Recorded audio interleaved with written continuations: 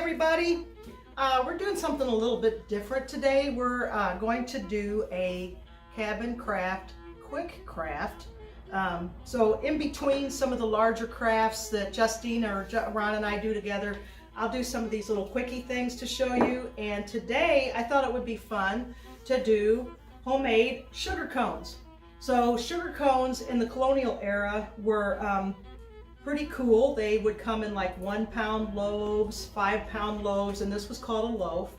And this would be a good project for homeschoolers to do, or teachers in your history class when you're doing a colonial study. Your kids could do this. This is going to be very, very easy and take very few ingredients. So first of all, I've got just a regular mixing bowl, a spoon. This is my pestle to my mortar and pestle. And this is just a cheap water goblet. I got this a few years ago at Walmart, and this is the exact shape of that cone. And so any kind of a goblet or a glass that has a little bit of a dome at the top, and even if it's a little flat at the top, that's okay. So we're going to do that today. We're going to make a sugar cone, a colonial sugar cone. So there's just 2 ingredients. There is white sugar and a little bit of water. Here's my 18th century bottled water. And I'm just going to pour sugar, a goodly amount. It actually takes more sugar than you would think to make this, because we're going to make it wet and pack it down. So I'm going to add, so this is about how much sugar I've got in here in this bowl. It's a goodly amount, probably about twice as much as what's in that glass. And we're just going to add about a teaspoon or a tablespoon of water. And you can see I just put a few drops of water in there, and we're just going to start smushing this around and stirring this around. And if you have to add more, you can, but we're just going to start out with this because it doesn't take very much water at all. This will spread out, and the consistency of this when it's ready to pack into our goblet is going to be like wet sand, or the consistency of brown sugar, which is, I made a brown sugar cone too for folks that like to do primitive colonial decorating. And you just use the sugar, brown sugar, right out of the bag. And an interesting tip about brown sugar: do you know why brown sugar is brown? If you don't know, it's just white sugar with molasses added to it. That's all it is.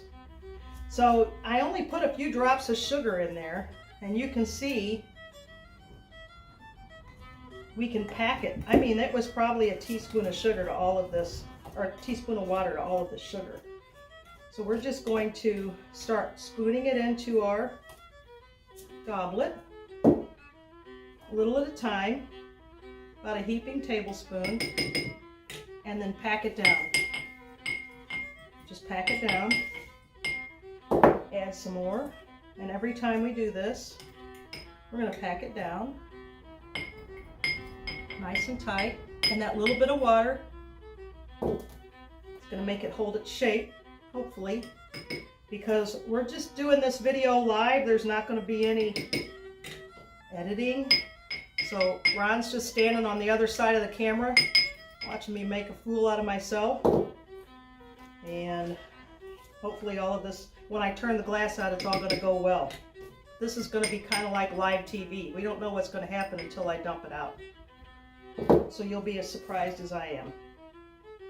So anyway, back to sugar. So sugar was extremely expensive in colonial times if it was white.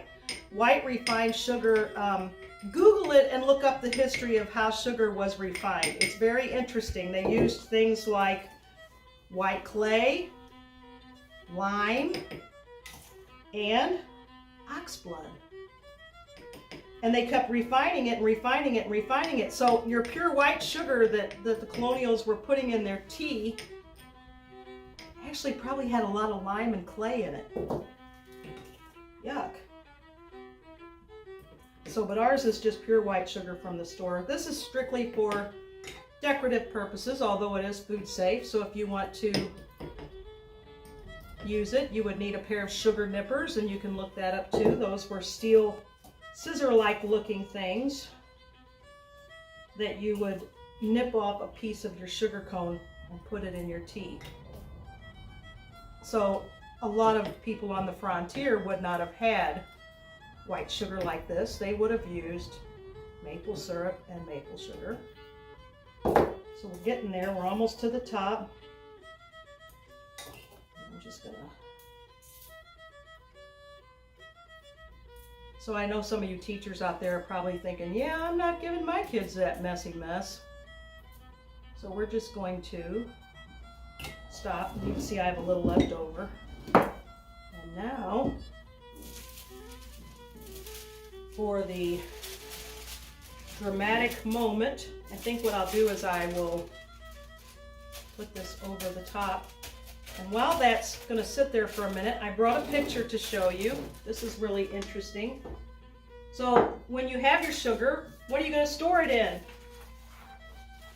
This is a Kentucky sugar chest.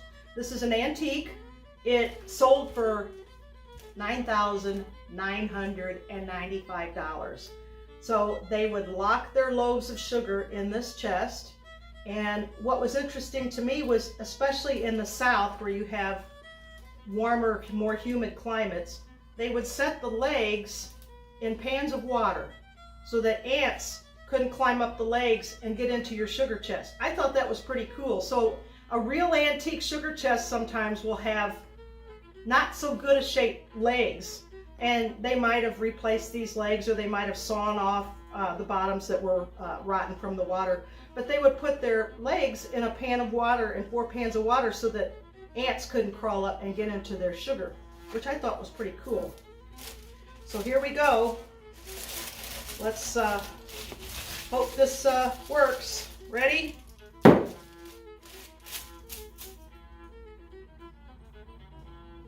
Ta-da! Ah, it worked! We have a perfect sugar cone. And so what you're going to do is you're going to leave this out on your counter to dry for a couple days, and because of that little bit of water in there, it will get rock hard. And then you would need a pair of sugar nippers to chisel it off with. And so they would wrap these and sell these in stores, in early American stores. They would wrap it up in paper. Now usually they used blue paper, but we just had regular wrapping paper on hand. And they would wrap it up in paper and then seal it with a red wax seal, and that's how you knew it was the legit stuff. So we have one already wrapped up. And then I brought along another cool thing. This is actually a sugar mold from Mexico. Mexico still makes sugar cones. They're always brown, and they sell these in Mexican markets. So you can go into a Mexican market and get a brown sugar cone if you want to get one for your primitive decor. But I've had one that's had as many as 25 holes all the way across. I had one that long. I actually sold that piece, but this one's a little 4-piece mold, and it's pretty old. You can see it's got some holes in the back, and so that one down inside there, I can see a little bit of light, so I wouldn't be able to use that one.